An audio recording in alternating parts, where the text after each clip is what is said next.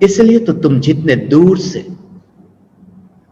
इस शरीर को पीड़ा पहुंचाओ, ज्ञानी उतनी ही दूर से इस शरीर को देखते हैं। शायद तुम्हें पीड़ा पहुंचे यदि तुम मेरे शरीर को चीरो, यहां पर शरीर को काटो तुम, मगर दूसरों को पीड़ा पहुंचेगी। जिनको मेरे प्रति प्रेम है, जिनका मेरे प्रति मोह है, उन्हें पीड़ा होगी। मगर यदि मैं जागृत हूं तो मैं यहां पर रह करके भी इस क्रिया से पीड़ित नहीं हो रहा हूं। मैं ये कह रहा हूं कि दूर जाने की जरूरत नहीं, यहीं पर रह करके भेद विज्ञान हो। यही जानने वाला ही जानने में आता है। आंखें मेरी घूमती है यहां से वहां, मेरा चेहरा घूमता है यहां से वहां, मगर भीतर में वह चैतन्य चैतन्य चैतन्य में कोई परिवर्तन नहीं। वो पलट करके पलटे तो कहां पलटे, भीतर में और कुछ है ही नहीं, कोई सुविधा नहीं। गुड़ का जो थैला, उस थैले का मुंह गठान लगा दी, बिल्कुल बंद। उस मुंह को तुम पूर्व दिशा में करो, पश्चिम दिशा में करो, तुम तरह तरह उस गुड़ के थैले को घुमाओ, घूमेगा। ये चेहरा घूम रहा है ऐसे ही जैसे बंधे हुए थैले का मुंह घूमता है यहां से वहां। मगर गुड़ कहां घूमे कि खटास में घूम जाए, कड़वास में घूम जाए? नहीं घूम सकता, क्योंकि वहां भीतर में नींबू का प्रवेश नहीं, वहां भीतर में करेले का प्रवेश नहीं, वो तो बंद है। इसलिए मुंह भले ही घूमता हो, मगर वह गुड़ मिठास से कड़वा खट्टा अलग अलग रस रूप नहीं होता। इसलिए यह जागृति, यदि मेरा चेहरा तुम्हें घूमता हुआ दिखाई देता हो, मगर भीतर में कि मैं चैतन्य न घूमने वाला, क्योंकि चैतन्य की ध्रुव सत्ता में तो विकार का प्रवेश नहीं, फिर ये सत्ता विकारी कैसे हुई? मैं विकार रूप नहीं परिणमित होने वाला, मैं ध्रुव हूं।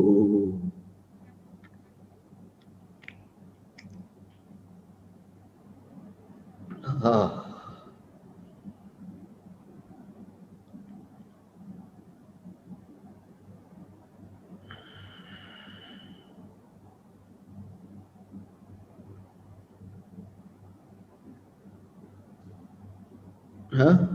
मुर्दा तो यहीं पर ही पड़ा रहेगा, क्योंकि मुर्दा मेरे साथ यात्रा नहीं कर सकता। इसलिए तुम देख सकोगे तुम्हारे सुनते हुए कानों को, तुम्हारी देखती हुई आंखों को, बस निकल गया, वहीं पर ही रह गया। अचानक बहुत थका था, बहुत थक चुका था, पानी सिर के ऊपर आ गया। यहां तो सागर की गहराई में डुबकी लगाते लगाते अनंत सागर का दुख भोगा, फिर निकल गया, वहीं पर न रुका, निकल गया। मगर जाते जाते अचानक निकल गया। मेरा ईयरफोन भी इधर था, मेरे चश्मे भी इधर थे, चश्मे लेने और ईयरफोन लेने भी मैं रुका नहीं, मैं तो निकल गया। बहुत थक चुका था मैं तुमसे, इतना ऊब चुका था कि एक भी वस्तु को लेने के लिए ठहरा नहीं, मैं निकल गया। और ऐसे ही तो जाऊंगा। मेरे चश्मे भी मैं न उठाऊं और मेरा ईयरफोन भी नहीं, और मैं निकल गया। और पड़ा रहा यहीं पर ही ईयरफोन, चश्मे, और तुम देखते हो कि अरे ये चश्मे, अरे ये ईयरफोन। मैं तुमसे यही कहना चाहता हूं, चश्मे और ईयरफोन जैसे यहीं पर ही रह जाए और मैं चला गया। मैं ये कहता हूं, चश्मे, ये आंख, ईयरफोन, ये कान जिसे तुम देखते हो सुनते हो, ये चश्मे, ये ईयरफोन, ये साधन, ये उपकरण, ये यहीं पर ही रह जाते हैं और उपयोग चला जाता है भीतर में, वह रुकता नहीं, ठहरता नहीं। यही विधि है, क्योंकि अनंत दुख से थका हुआ यही एकमात्र विधि है विदा होने से पहले विदा हो जाना। चश्मा और ईयरफोन फूट जाए, टूट जाए, बैर बिखेर हो जाए, कोई छीन ले, उससे पहले ही उब करके निकल जाना। और मैं अब तैयारी में हूं। हे ज्ञान दीपक, स्वानुभूति से स्वरूप समझ।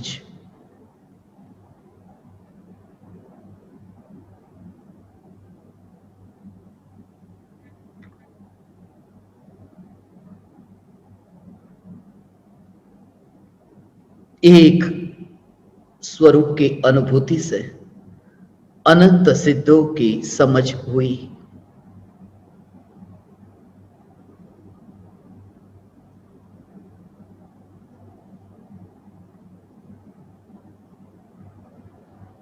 परम कृपालु देव समझ के बारे में कहते हैं, समझ, स्वरूप की समझ, स्वानुभूति से स्वरूप समझ।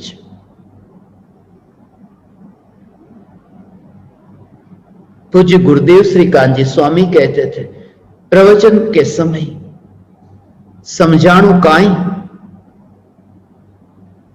और लोग पहली कतार में, पहली पंक्ति में बैठते। जी प्रभु, बधो संभळायु, संभळायु नहीं पूछा, सुना या नहीं ये नहीं पूछा, समझ में आया या नहीं।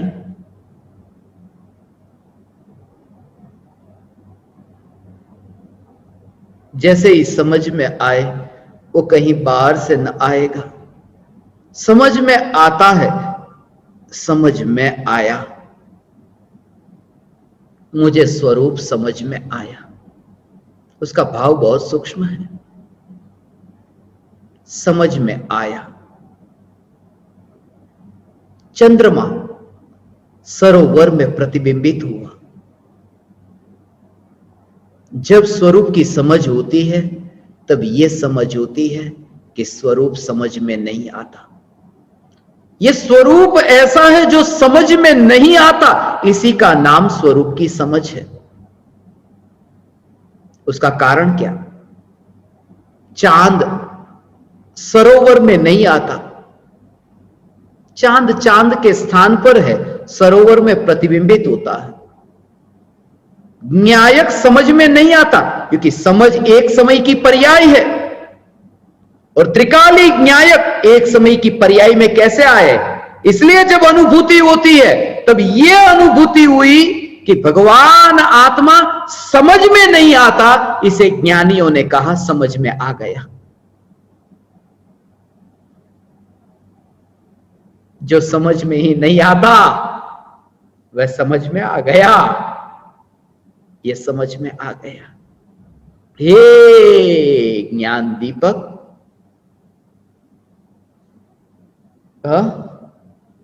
આવું છે બધું સ્વરૂપ। समझ में आया, गुरुदेव कहते थे। समझाणु काई, समझ में नहीं आता। मगर बहुत सूक्ष्म भाव है, स्वानुभूति से स्वरूप समझ। कहां से आएगा ये स्वरूप? अनुभव में।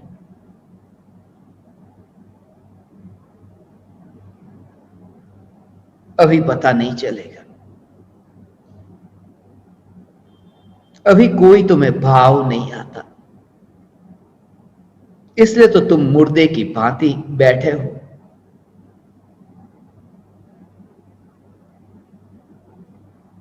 इसलिए तो तुम ना समझ हो।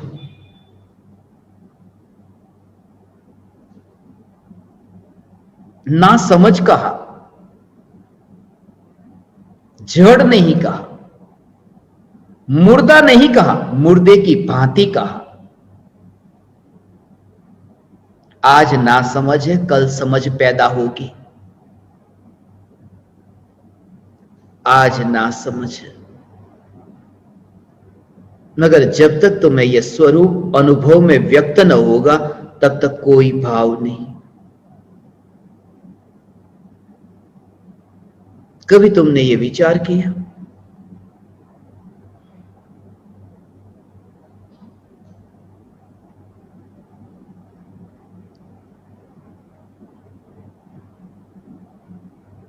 भोजन पकाते समय, बनाते समय चाकू लग गया, खून निकला। जब खून निकलता है कैसा लगता है? अरे खून, जल्दी करो, अरे खून। खून को देखते ही जो भाव होता है,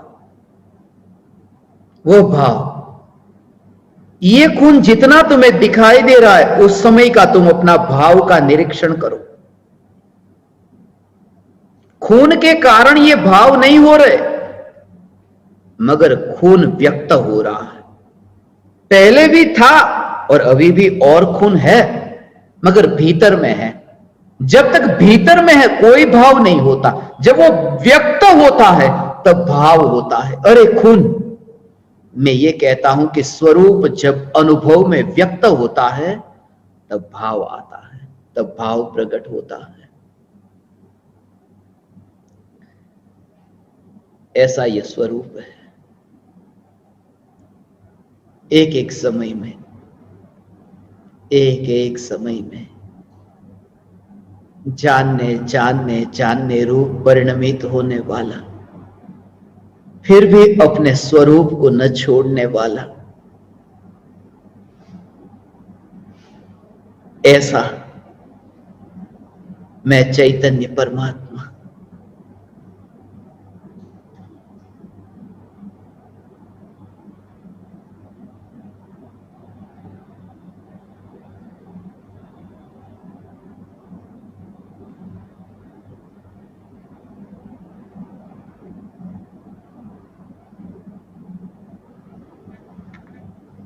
थोड़ा सामान देता हूं, पहुंचा देना तुम।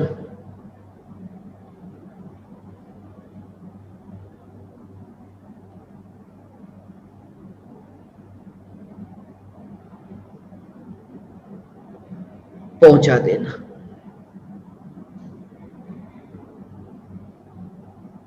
सामान मिला है मुझे, ये विचार मुझे आया था मुंबई में किसी की तबीयत खराब थी।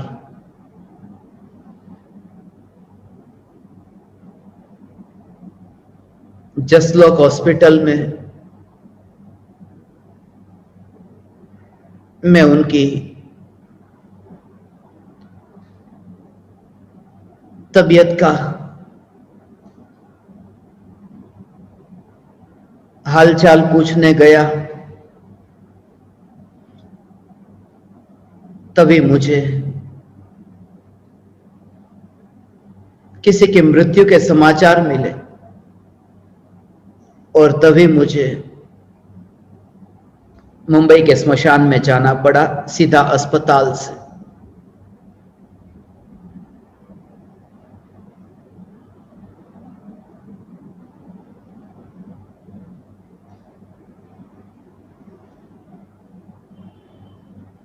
लगभग 11 साल पहले की यह घटना है। मैं शमशान की ओर जा रहा था और जब मैं शमशान में पहुंचा उस समय मुझे यह भाव आया था जो अभी मुझे स्मरण में आया। शमशान की ओर जा रहा था, मरीन लाइन, चंदनवाड़ी का शमशान।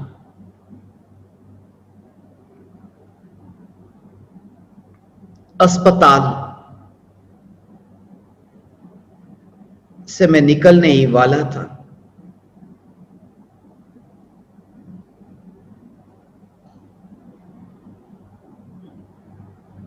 यहां ज्ञान दीपक भी आते हैं, उन्हें भी ये पता है उनके पास में ही, अस्पताल के पास में ही उनका घर है।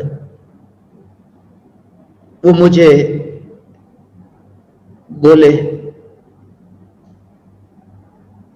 एक थैली है, मुझे पहुंचानी है। उनके कोई पहचान वाले हैं उनके वहां, इसलिए आज हम सत्संग के लिए नहीं बैठेंगे। जिनका उन्होंने नाम लिया उनको मैं मिलने वाला था स्मशान में। तो मैंने उनको कहा कि आपका घर अस्पताल के बिल्कुल पास में ही है, एक काम करो, वो थैली आप मुझे दे दो और मैं उनको वहां पहुंचा दूंगा, आपका सत्संग नहीं छूटेगा। और वो थैली लेकर के मैं जसलोक हॉस्पिटल से चंदनवाड़ी की ओर जा रहा था। दोपहर का समय था और उस समय मुझे ये विचार आया था। अस्पताल से निकला था,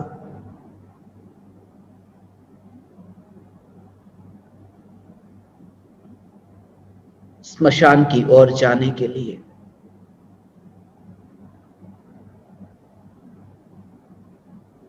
ट्रैफिक बहुत था, शॉर्टकट बहुत लेना चाहा, यहां वहां यहां वहां यहां वहां, मगर अंततः मैं पहुंच गया और थैली जहां मुझे देनी थी वहां मैंने दे दी। और जैसे ही मैंने वो थैली दी थी उस समय मुझे ये विचार जीवन में सबसे पहली बार आया था। अस्पताल में थैली मिली और शमशान तक पहुंचानी थी, वाया वाया यहां वहां। मेरा जन्म अस्पताल में हुआ, मुझे एक थैली मिली, मांस की थैली मिली, शमशान तक पहुंचानी थी।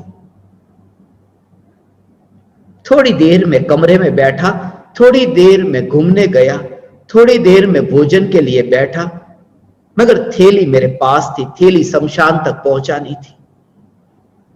उस समय मुझे यह विचार आया कि ये पल रुधिर, ये थैली, मगर जब मैं उस थैली को लेकर के जाता था, बस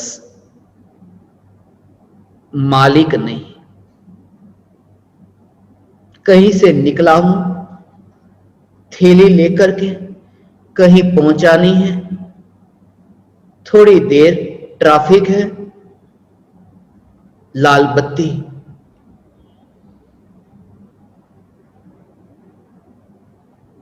चौपाटी के पास, वहीं से मुझे जाना था।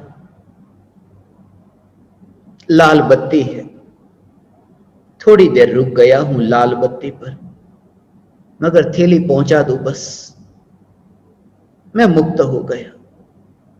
मगर जागृति, मुक्त तब, मालिक मत बनना। जब मेरा जन्म हुआ तब मुझे ये मांस की थैली मिली और शमशान तक पहुंचेगी।